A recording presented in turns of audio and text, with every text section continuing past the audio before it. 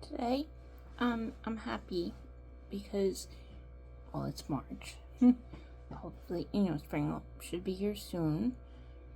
And, I just woke up in a really happy mood today, and I'm thankful for, because, like I said, every day is a different day for me.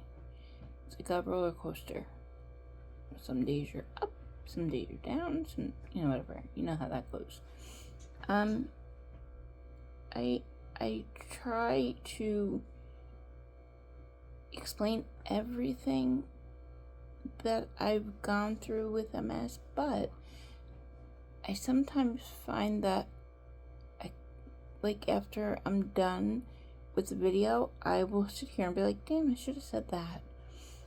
But I know I jumped around so much in a lot of my videos of feeling this way, feeling that way, and it's so much, and I want to be able to share everything. And I know a lot of videos I did mention certain things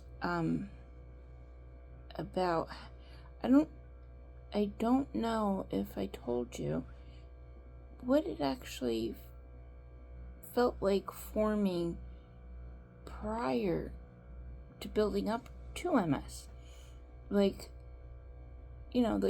Symptoms that I had previously before MS that I just ignored, because who was thinking MS? Not me. And I know I mentioned, or I think I did, but one of the videos I mentioned that when I was 23, I started to get pins and needles in my hands and my feet. I went to my family doctor about it, and she sent me to a doctor that kind of did tests on those things, but I don't know what kind of doctor he was. It was so long ago. And he did tests on my hands and my feet, and he didn't see anything. And he's like, I don't see anything to be alarmed about. If you keep feeling it, go back to your primary care. Okay. So I took it as, alright, nothing really, it'll go away. It did subside, and as everything started to progress up until I got it, I started to notice that if I walked for too long, I'd end up bent over, and I couldn't straighten myself. And I only took it as, oh, I've been walking too much, or I'm wearing the wrong shoes, or it's just not a mess. And then other things that I went through was mainly being bent over when I walked.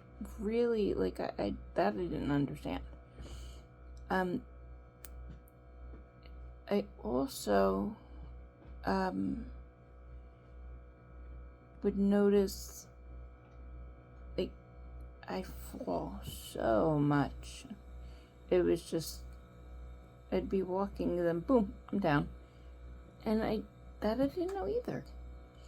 And then one day I was walking to work, and my uncle beeped the horn at me, and he waved me said, I'll drive you.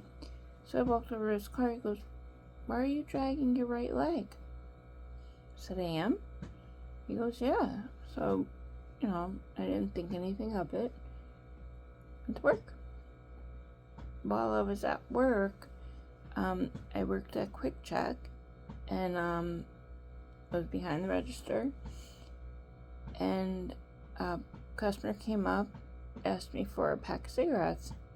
When I went to turn, I guess I turned too fast to go. I fell behind the register.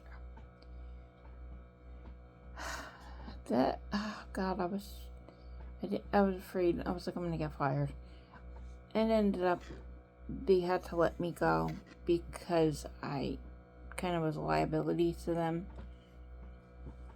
You know, it was hard, like, from standing all day to finally having to go and count out my drawer so I can go home. I had to walk from the front of the store with my drawer to the back of the store where the office was. So this whole time, as I'm walking, I'm thinking to myself, please don't fall. Please don't fall. All this money will go flying all over the place. Please don't fall. And now I feel the limp that I'm walking with. Finally, I get to the back. I'm like, oh, sit down, count out my drawer, and went home. You know, my significant other would pick me up. I should call him hubby, but we're not married. I've been with him for a very long time. Very long. It's for another day. But,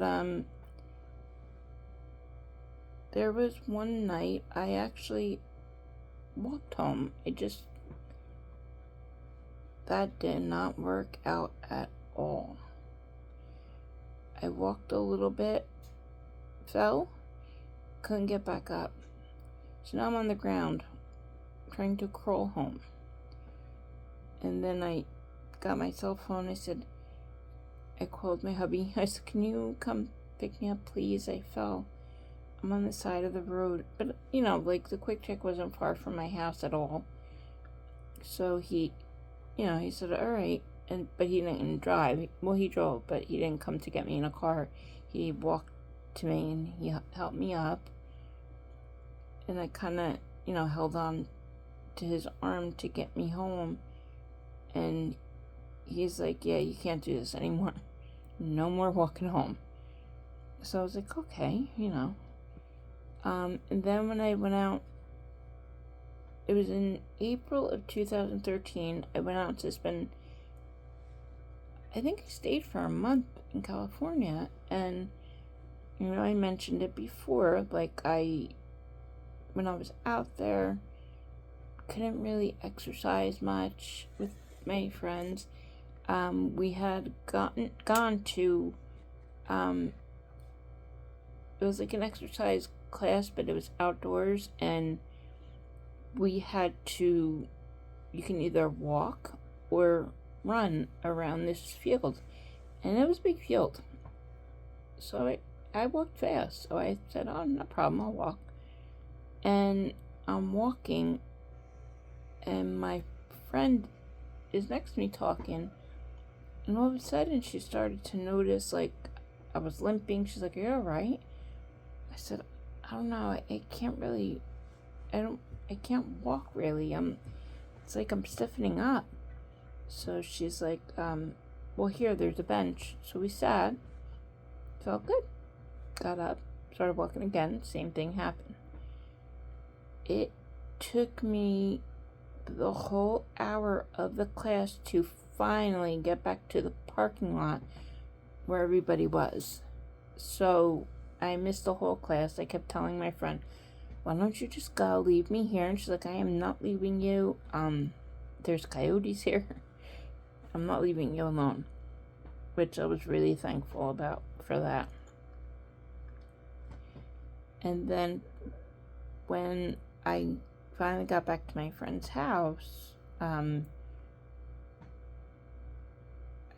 mom was there, and she was like, oh, how'd everything go, and this and that, and then I was like, it didn't go well for me, and I explained to her, and she's like, I think you should go see a doctor when you get home. I said, yeah, I'm gonna have to, because I don't know what's going on. And then when I called my hubby while I was out there, and I said, I have to make an appointment with the doctor. Told him what happened. He's like, all right, yeah, it's time. So when I got home, made my appointment, went to the appointment, and then everything went from there. Went to the appointment. Was told that I needed to have these tests done. Had an MRI. I had to have a test done in the hospital where they test your legs. Like, they put some type of electrodes on your, I don't know what it was called. And then, when they were able to get, because I had that MRI done at the same hospital, so they were able to get my results. And, you know, when I was done with the visit with them, they told me, and I asked them, I said, I know you can't tell anybody anything, but do you see something? Like, you can let me know. And they're like, well, yeah, it's looking like you have MS. And I just lost it. I went, from there, I ran to the waiting room. I didn't run. I walked real fast to the waiting room, called my friend in California, and I started crying. And I told her, I said, I may have MS. And she's like, you know for sure? I said, not yet. But that's what all these symptoms I'm having are leading up to. And she's like, well, wait until your doctor tells you. Stop crying and just wait. So, you know, she's like, don't go home and tell everybody, oh, I have MS. Just wait. So I did what she said. And, so now, here we are, June 20th. And I ended up, going to that's the appointment I have for the neurologist, and that's where it was. That's when I was told, you have MS. Relapsing and remittent MS. And I didn't understand. I'm like, how? Why? Like, but how do you get this? I thought it was like a sickness or kind of like a mono thing that got brought on. But no. It's a disease of the central nervous system. Pretty much it's your body attacking your nervous system. So, I was like, wow. I didn't even know it could do something like that, but it does. And when I found that out, I was like, oh my Lord.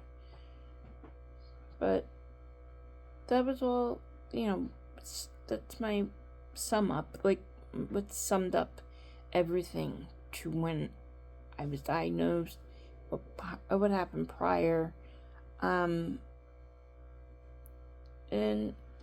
so I wanted to share that with you guys, so at least it was a thorough thing, and I was talking about one thing, so I jumping all over the place, like I usually do, but if you guys, like this video, hit the thumbs up, and if you want to view more content of me, hit the subscribe button and hit that notification bell. And I will see you guys in the next one. Bye.